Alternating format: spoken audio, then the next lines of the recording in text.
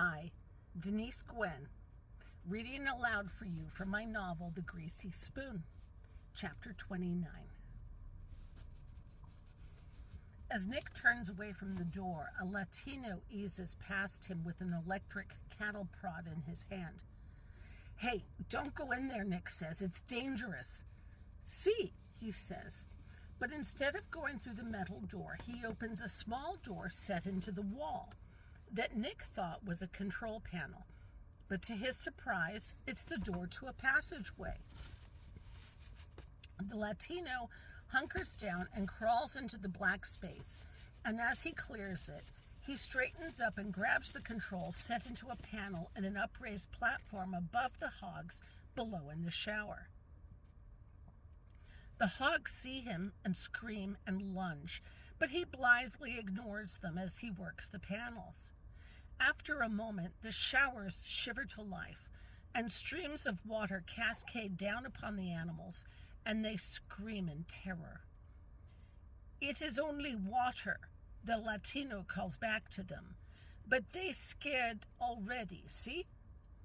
Nick peers into the black space, but there's no door on the opposite side of the wall. The only way in and out of this confined space for the workers is through this panel set into the wall. If an especially large hog were to jump up onto the platform, the worker might get attacked. There aren't any safeguards to protect him, but he doesn't appear to have any concerns as he adjusts the controls and smiles over at Nick. "Nick," Ed rasps. "What is it?" he asks, turning around, but he reacts a second too late.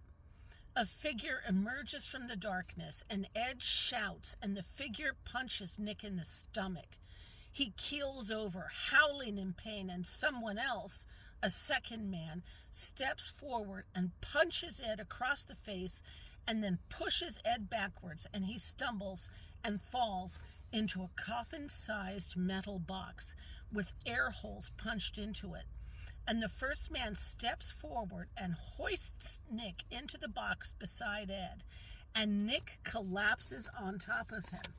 And as he and Ed cry out in pain, the two of them get tangled up together in this tight space, and Nick has a faint, dim memory. The rifle he'd taken off the dead man. Where's the rifle? Fuck. He dropped it when he got punched in the stomach. A dull, throbbing terror forms at Nick's temples, for he knows what this box does. And perhaps Ed doesn't know, but he'll figure it out pretty goddamn soon. We really are going to die.